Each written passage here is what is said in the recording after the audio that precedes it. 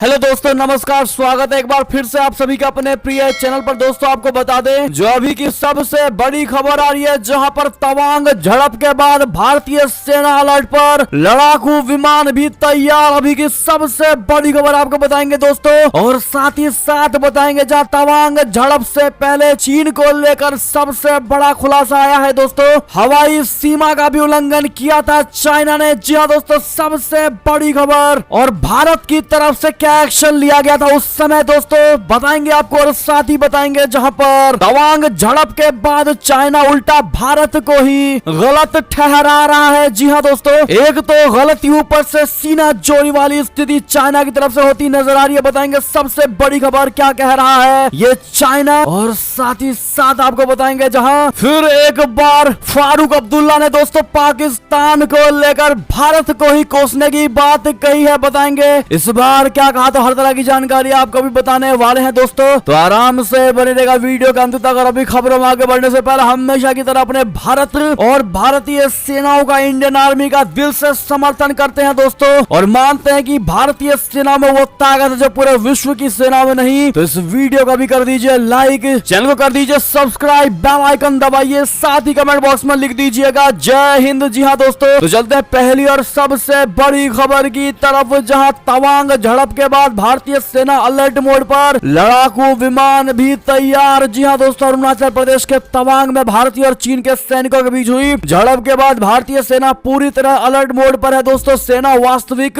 नियंत्रण रेखा समेत अरुणाचल प्रदेश के कई इलाकों में भारतीय वायुसेना कड़ी निगरानी कर रही है। क्षेत्र में होने वाली सभी गतिविधियों पर इंडियन एयर फोर्स की पूरी तरीके से नजर है। किसी भी स्थिति से निपटने के लिए हमारी वायुसेना के लड़ाकू विमानों को तैयार किया जा रहा है दोस्तों। सूत्रों के अनुसार भारतीय एयरफोर्स और आर्मी एक साथ परिस्थिति पर कड़ी से नजर बनाए हुए है। भारतीय वायुसेना ने क्षेत्र में निगरानी के लिए विमानों की उड़ानें बढ़ा दी है दोस्तों। इसका मकसद साफ है कि किसी भी तरह से भारतीय सेना पीछे नहीं हटना चाहती। अभी की सबसे बड़ी खबर। और अगर चीन कोई नापाक साजिश करता है तो उसको उसका मुंह तोड़ जवाब देने की पूरी तैयारी है। जी हाँ दोस्तों, बिल्कुल सही और सटीक जवाब देने के लिए हमारी भारतीय सेना और वायुसेना पूरे तरीके से गश्त लगा रही है दोस्तों, और निगरानी पर पूरे तरीके से कंट्रोल होता नजर आ रहा है दोस्तों। और स्थिति तनावपूर्ण बनी हुई है तवांग में। ऐसे में दोस्तों अभी के ताजा हालात हमने वहां के आपको अभी बताए हैं, लेकिन दोस्तों बात करते हैं बड़ी खबर की, जहां पर एक और नया खुलासा हुआ है तवांग झड़प से पहले का। जी हाँ दोस्तों, तवांग झड़प से पहले चीन ने किया था हवाई सीमा का उल्लंघन। खदेड़ने के लिए भारत ने तैनात किए लड़ाकू विमान। जी हां, खबरों की और सूत्रों की माने तो इस संघर्ष से पहले चीनी ड्रोन ने अरुणाचल प्रदेश में वास्तविक नियंत्रण रेखा LAC पर घुसपैठ की कोशिश की थी। भारत की ओर से चीन की इस हरकत का करारा जवाब देने के लिए अपने फाइटर जेट्स को उतारना पड़ गया। जी हां दोस्तों, रिपोर्ट्स के मुताबिक बीते 2-3 हफ्ते में चीन की तरफ से तवांग सेक्टर में घुसपैठ की कोशिश की गई थी। हालांकि सुरक्षा में मुस्तैद हमारी भारतीय जवानों ने चीनी सेना की इस हरकत को नाकाम कर दिया। बीते कुछ हफ्तों के दौरान चीन की तरफ से ड्रोन के जरिए हवाई क्षेत्र का उल्लंघन किया गया, और इसके बाद भारत द्वारा लड़ाकू विमान को तैनात किया गया। जी हाँ दोस्तों, यानी कि दोस्तों तवांग अचानक नहीं हुआ, ये बात तो मानना पड़ेगा। चाइना लगातार ड्रोन्स को भेज करके दोस्तों अंदर की स्थिति जानने की कोशिश कर रहा था, और लगातार उसने कई बार भारत के हवाई क्षेत्र में घुसने की कोशिश की थी दोस्तों, और गश्त लगा करके हालात की जानकारी लेने की कोशिश कर रहा था। यानी कि इससे साफ होता है कि अचानक से चीन ने तवांग पर हमला नहीं किया। जी हाँ दोस्तों, चीन के साथ संबंधों पर LAC पर कई गतिरोधों से निपटने वाले से परिचित लोगों ने कहा है कि अरुणाचल की यह घटना अचानक नहीं हुई है। इस घटना को अचानक हुई झड़प या भड़कने के रूप में नहीं देखा जा सकता है। चीनी नेतृत्व की ओर से इसे लेकर जरूर कोई ना कोई संकेत मिला होगा। लोगों ने कहा है कि चीन का नया लैंड बॉर्डर लॉ जो जनवरी 2022 में लागू हुआ, इसे PLA सशस्त्र पुलिस और अन्य अधिकारियों का सीमावर्ती क्षेत्रों की रक्षा और एकीकरण के लिए प्रेरित करता है। इस कानून में सेना के लिए विवादित क्षेत्रों में संभव होने पर गश्त करने का कानूनी दायित्व भी शामिल है। जी हाँ दोस्तों, अब आपको बता दें कि तवांग पर हुई इस झड़प को लेकर दोस्तों चाइना भारतीय सेनाओं को गलत ठहरा रहा है दोस्तों। एक तो इतनी बड़ी चोरी, ऊपर से सीना जोरी। जी हाँ दोस्तों, अरुणाचल प्रदेश के तवांग सेक्टर में भारतीय सेना के जवानों के साथ हुई झड़प झड़प और खदेड़े जाने के बाद चीन की हालत उल्टा चोर कोतवाल को डांटे जैसी हो गई है। चीनी सेना ने मंगलवार को एक बयान जारी करके इस पूरे घटनाक्रम के पीछे भारतीय सेना को जिम्मेदार ठहराया है। चीनी सेना ने कहा है कि भारतीय सैनिकों ने अवैध रूप से हिमालय में एक विवादित सीमा पार की है और चीनी सैनिकों के बीच अवरोध पैदा किया है। जी हाँ, जिसकी वजह से नया गतिरोध शुरू हुआ। जी हाँ दोस्तों, न्यूज एजेंसी AFP के मुताबिक पीपल्स लिबरेशन आर्मी यानी PLA के एक प्रवक्ता ने कहा है कि भारतीय सेना के जवानों ने अवैध रूप से वास्तविक नियंत्रण रेखा यानी LAC को पार किया था। हमारे प्रतिक्रिया उपाय पेशेवर, मानक और सशस्त्र थे जिन्होंने स्थिति को स्थिर किया। आप सभी को बता दें कि इससे पहले चीनी विदेश मंत्रालय ने एक लाइन का बयान जारी किया था जिसमें कहा था कि LAC पर हालत स्थिर और नियंत्रित है। चीनी विदेश मंत्रालय के प्रवक्ता वांग वेनबिन ने यहाँ एक पत्रकार वार्ता में कहा कि दोनों पक्षों ने राजनयिक और सैन्य चैनलों के माध्यम से सीमा संबंधी मुद्दों पर सुचारू संपर्क बनाए रखा है। वांग ने यांग तसी क्षेत्र में भारतीय और चीनी सैनिकों के बीच 9 दिसंबर को हुए संघर्ष का विवरण देने से इनकार कर दिया। जी हाँ दोस्तों, ऐसे में अब आपने चाइना का एंगल सुना है दोस्तों, उल्टा भारतीय सेनाओं की गलती बता रहा है और कह रहा है कि भारतीय सेना ही LAC को पार करके उनके क्षेत्र में आए थे। जी हाँ दोस्तों, लेकिन आपको बता दें दोस्तों कि इस झड़प की पूरी एक वीडियो निकलकर सोशल मीडिया पर आई है जो कि खूब ज्यादा देखी गई है दोस्तों, वायरल हो चुकी है वो वीडियो। और उस वीडियो में क्लियर देखा जा सकता है कि चीनी सेना भारत के बॉर्डर में अंदर घुसपैठ करने की कोशिश कर रहे हैं दोस्तों, जहां पर हमारी भारतीय सेनाओं ने लगातार उन पर डंडे बरसाए हैं दोस्तों, लात घुसे बरसाए, जिसके बाद अंत में वो सारे के सारे 300 के 300 चाइनीज भागते नजर आए। जी हाँ दोस्तों, और भारतीय सेनाओं ने बाद में इसका जश्न भी मनाया और उस वीडियो में साफ देखा जा सकता है कि भारतीय सेनाओं ने बिना डरे, बिना किसी भी प्रकार के हेजिटेशन के चीनी सेनाओं को मार भगाया। जी हाँ दोस्तों, ऐसे में हमारे भारतीय सेनाओं के शौर्य और बल के लिए एक लाइक तो बनता है दोस्तों, और वीडियो को जितनी ज्यादा हो सके शेयर कर दीजिएगा ताकि हर किसी को अपना पक्ष रखने का मौका मिल सके। जी हाँ दोस्तों, और साथ ही साथ जिस प्रकार से चाइना दोस्तों भारतीय सेनाओं की गलती को ठहरा रहा है, ऐसे में आप क्या जवाब देना चाहेंगे चाइनीज सरकार यानी जिनपिंग सरकार को और चाइनीज PLA को? बताइएगा जरूर दोस्तों, हम एक एक कमेंट पढ़ने वाले हैं, देखते हैं क्या कहती है हमारी भारत की जनता। और कमेंट में दोस्तों मेरा भारत महान और जय हिंद जय भारत कहना मत भूलिएगा। बात करते हैं एक और बड़ी खबर की, जहां फारूक अब्दुल्ला के तीखे बोल, कहा जब तक पाकिस्तान के संबंध बेहतर नहीं होते भारत में कभी भी शांति नहीं हो सकती। जी हाँ दोस्तों, फिर एक बार अब्दुल्ला के बौखलाहट निकलकर सामने आए हैं। जी हाँ दोस्तों, नेशनल कॉन्फ्रेंस यानी नेका के अध्यक्ष फारूक अब्दुल्ला ने मंगलवार को दिल्ली में आयोजित एक कार्यक्रम में कहा है कि जब तक पाकिस्तान के साथ हमारे बेहतर संबंध नहीं होंगे तब तक हम भारत में कभी भी शांति नहीं देख पाएंगे। जी हाँ दोस्तों, हम मुसलमानों को आगे बढ़ते हुए नहीं देख पाएंगे क्योंकि मुसलमानों को देशद्रोही माना जाता है। हम देशद्रोही नहीं है, हम भारतीय हैं बाकियों की तरह। जी हाँ, आपको बता दें कि इससे एक दिन पहले अंतर्राष्ट्रीय मानवाधिकार दिवस पर उन्होंने कहा था कि जम्मू कश्मीर के लोगों के सर्वांगीण विकास का विचार तब तक सार्थक नहीं हो सकेगा जब तक उनके बुनियादी लोकतांत्रिक अधिकारों का सम्मान नहीं किया जाता। उन्होंने कहा कि सत्तारूढ़ गठबंधन राष्ट्रीय स्तर पर राजनीतिक सीढ़ियां चढ़ने के लिए जम्मू कश्मीर का इस्तेमाल कर रहा है जो जमीनी हकीकत से मेल नहीं खाता। जी हाँ, उन्होंने आरोप लगाया है कि युवाओं को नौकरी देना तो दूर की बात, जम्मू कश्मीर से जुड़े मामलों पर नियंत्रण रखने वाली केंद्र सरकार ने सैकड़ों नौकरी पेशा युवाओं को बाहर का रास्ता दिखा दिया। जी हाँ, अब ऐसे में दोस्तों फारूक अब्दुल्ला के इन बयानों को अगर उनकी बौखलाहट ना कहें तो क्या कहें दोस्तों? फारूक अब्दुल्ला को यही लगता है कि पाकिस्तान के साथ अच्छे संबंध होंगे तभी भारत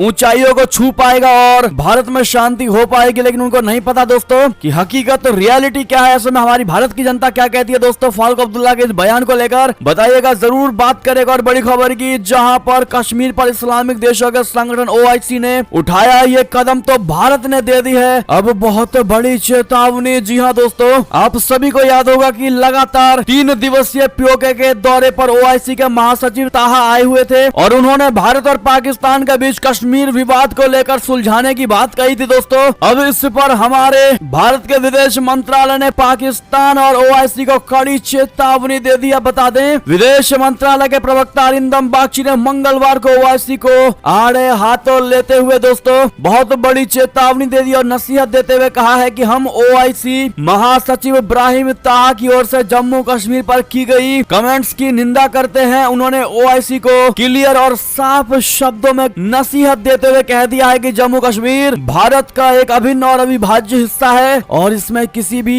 दूसरे देश के हस्तक्षेप को हम स्वीकार नहीं करने वाले। जी हाँ दोस्तों, ऐसे में ओआईसी के महासचिव ताहा बड़े ही हीरो बन करके आए थे दोस्तों भारत और पाकिस्तान के बीच कश्मीर मुद्दे को सुलझाने के लिए और कह रहे थे कि हम इसके लिए खाका तैयार कर रहे हैं कि भारत और पाकिस्तान कश्मीर विवाद को सुलझा सके। अब भारत ने यह बयान देकर क्लियर कर दिया है कि ताहा को बीच में आने की आवश्यकता नहीं, आप कष्ट ना करें, अपने घर बैठे, क्योंकि ये कोई विवाद का मुद्दा ही नहीं है। कश्मीर हमारा था, है और रहेगा, इस पर हम बात ही क्या करें। जी हाँ दोस्तों, अब ऐसे में आप लोग क्या कहना चाहेंगे ओआईसी के इस महासचिव के कश्मीर वाले बयान को लेकर? दोस्तों देखते हैं क्या कहती है भारत की हमारी प्रिय जनता। एक और खबर की बात करें जहां पर भारत चीन झड़प पर बोले अरुणाचल के सीएम पेमा खांडू, कहा ये 1962 का भारत नहीं, आज का भारत है, मोदी का भारत है। जी हाँ दोस्तों, अरुणाचल प्रदेश के मुख्यमंत्री पेमा खांडू ने यांग त्से घाटी में चीनी सैनिकों द्वारा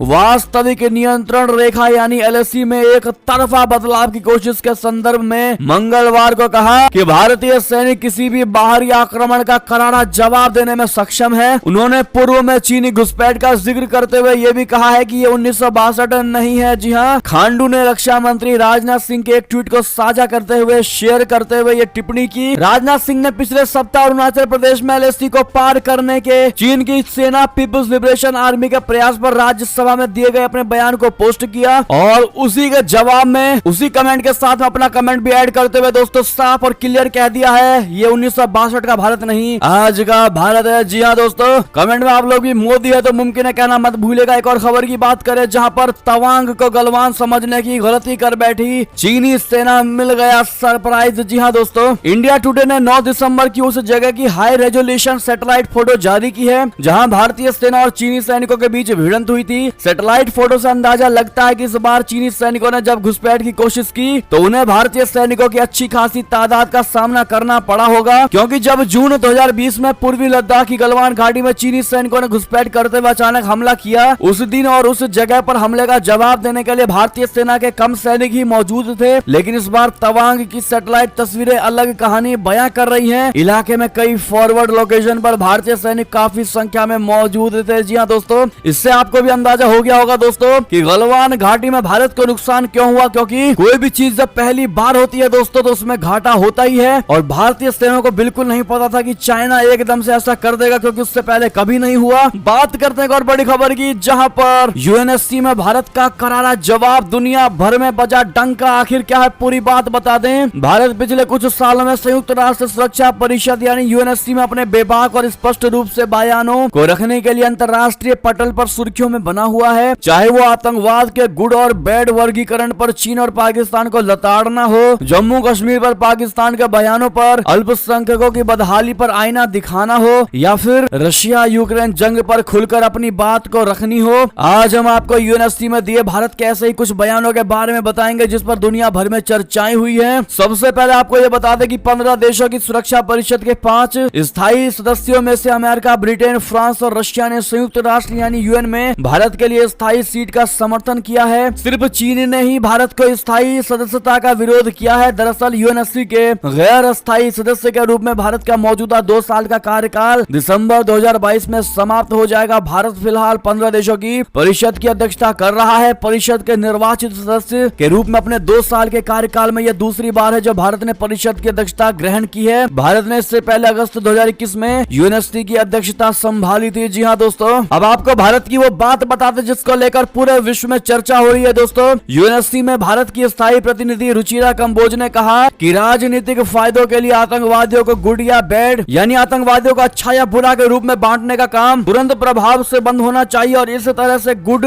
टेररिज्म और बैड टेररिज्म करना आतंकवाद के खिलाफ लड़ने के लिए साझा वैश्विक प्रतिबद्धता को कमजोर करने जैसा है। जी हाँ दोस्तों, साथ ही साथ एक और बड़ी खबर की बात करें जहां हिंद महासागर क्षेत्र से बाहर निकला चीन का जासूसी जहाज, इंडियन नेवी की थी इस पर पैनी नजर। बता दें, चीन का जासूसी जहाज युआंग वांग 5 हिंद महासागर क्षेत्र से बाहर निकल चुका है। मंगलवार को भारतीय नौसेना के सूत्र ने इसकी जानकारी दी है। इंडियन नेवी के सूत्र ने कहा है कि युआंग वांग 5 कुछ दिन पहले हिंद महासागर क्षेत्र में प्रवेश किया था, लेकिन अब वो वहां से बाहर निकल चुका है। सूत्र ने कहा है कि इंडियन नेवी चीन के जासूसी जहाज पर कड़ी निगरानी रखी थी। भारतीय नौसेना के सूत्र ने कहा है कि युआंग वांग 5 को लंबी दूरी के निगरानी ड्रोन मैरीटाइम पेट्रोल एयरक्राफ्ट से कड़ी निगरानी की जा रही थी। सूत्रों ने बताया कि इंडियन नेवी शुरू से ही इस जहाज पर पैनी नजर गड़ाए हुए रखी थी जब से ये हिंद महासागर क्षेत्र में प्रवेश किया था। आपको बता दें ये हिंद महासागर क्षेत्र में निकला था भारत की जासूसी करने वाला, क्योंकि दोस्तों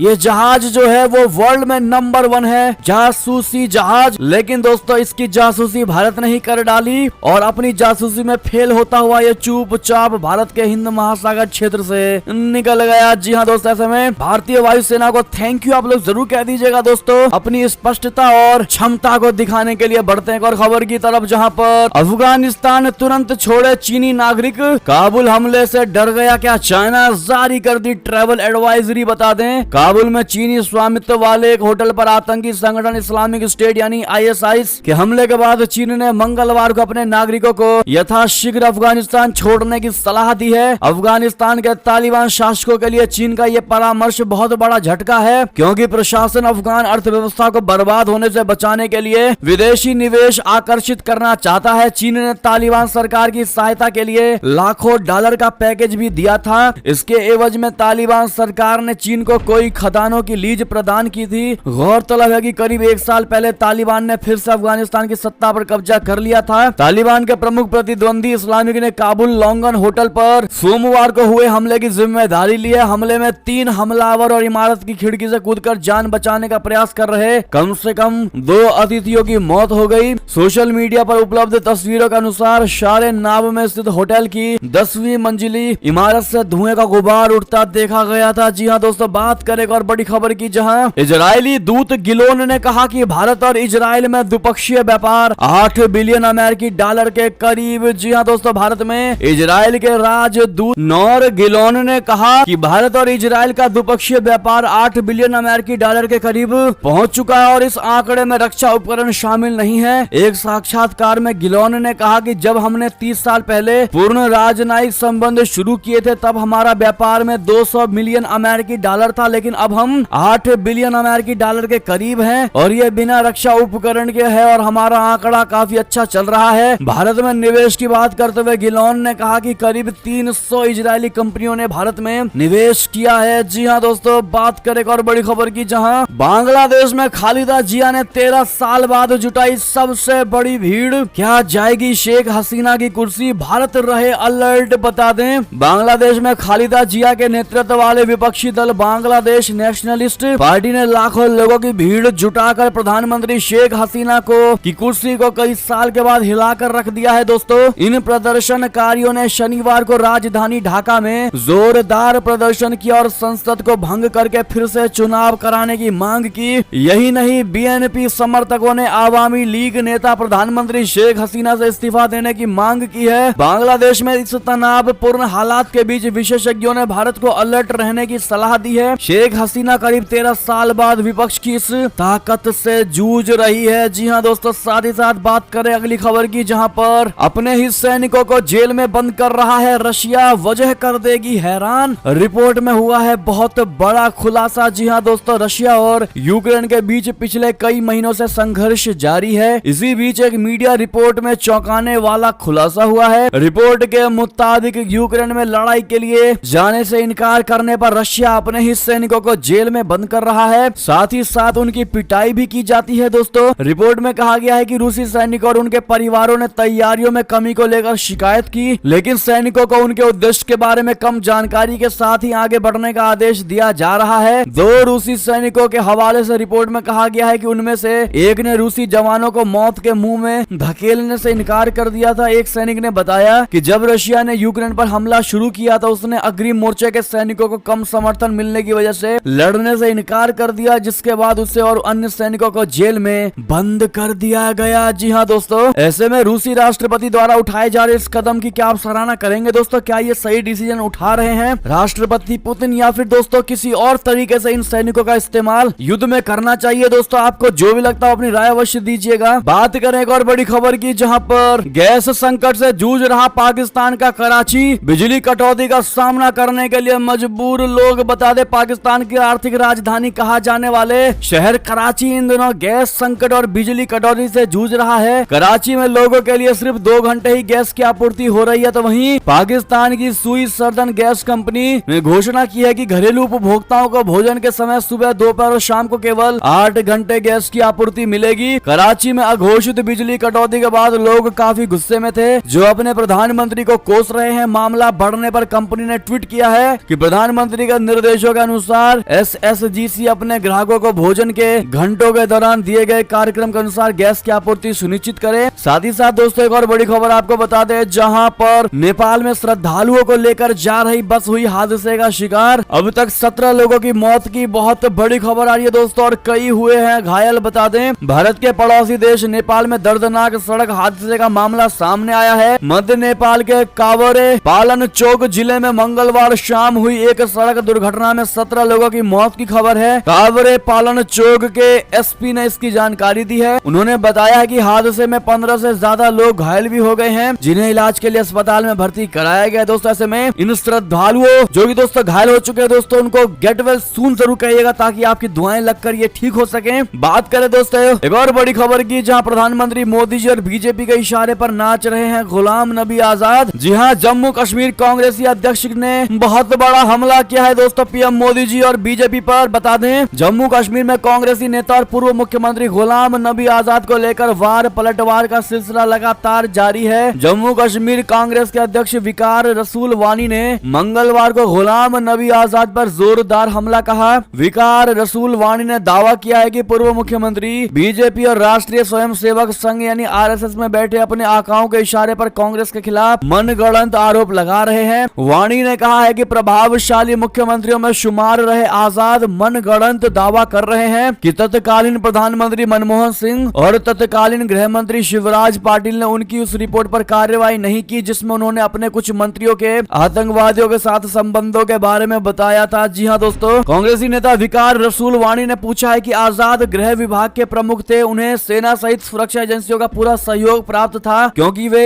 इंटीग्रेटेड मुख्यालय के प्रमुख थे। उन्हें उन मंत्रियों के खिलाफ कार्रवाई करने से किसने रोका था? वानी ने कहा कि आजाद के दावों के पीछे की सच्चाई ये है कि वो अपने आकाओं प्रधानमंत्री मोदी, गृह मंत्री, RSS और बीजेपी के इशारों पर नाच रहे हैं। ऐसे में दोस्तों कांग्रेसी नेता विकार रसूल के इस बौखलाहट को आप किस नजरिए से देखते हैं दोस्तों, अपनी राय अवश्य दीजिएगा। बात करें और बड़ी खबर की, जहां पर प्रधानमंत्री नरेंद्र मोदी जी के खिलाफ विवादित बयान देने वाले राजा पटेरिया हुए गिरफ्तार। कोर्ट ने उनको 14 दिन के लिए भेज दिया है जेल। बहुत बड़ी खबर आ रही है दोस्तों, प्रधानमंत्री नरेंद्र मोदी जी की हत्या की बात कहने वाले कांग्रेसी सरकार के पूर्व मंत्री राजा पटेरिया का वीडियो वायरल होने के बाद उन्हें पन्ना पुलिस ने उनका मामला दर्ज किया था, और इस मामले में सुबह 6 बजे मंगलवार को पन्ना पुलिस ने हटा पहुंचकर उन्हें घर से गिरफ्तार कर लिया है। उसके बाद उन्हें पन्ना जिले के कोर्ट में पेश कर दिया गया था, वहां से उन्हें 14 दिन के लिए न्यायिक हिरासत में भेज दिया गया। जी हाँ दोस्तों, ऐसे में ऐसे लोगों को कौन सी सजा मिलनी चाहिए दोस्तों, जो देश के प्रधानमंत्री को लेकर इस प्रकार के विवादित बयान देते हैं दोस्तों, जो लोगों में प्रधानमंत्री के लिए घृणा पैदा कर सके। ऐसे में आपकी जो भी राय हो बताइएगा जरूर। और इसी बीच दोस्तों ये थी अब तक की सारी बड़ी खबरें। आपको हमारी खबर कैसी लगी? आशा करता हूँ बहुत अच्छी लगी होगी। अगर थोड़ी भी अच्छी लगी है तो इस वीडियो को भी अपने भाई बंधुओं में व्हाट्सएप, फेसबुक, ट्विटर के जरिए पूरे भारत में शेयर करना बिल्कुल मत भूलिएगा दोस्तों। और अभी कर दीजिए इस वीडियो को लाइक, चैनल को कर दीजिए सब्सक्राइब, बेल आइकन दबाइए, साथ ही कमेंट बॉक्स में लिख दीजिएगा जय हिंद जय भारत। तो मिलते हैं आपसे अगली बड़ी खबर में दोस्तों, तब तक अपना ख्याल रखिएगा। आप सभी का बहुत बहुत धन्यवाद साथ देने के लिए, साथ बने रहने के लिए। मिलते हैं अगली बड़ी खबर में। बहुत बहुत धन्यवाद। जय हिंद जय भारत, जय श्री राम, वंदे मातरम, हर हर महादेव।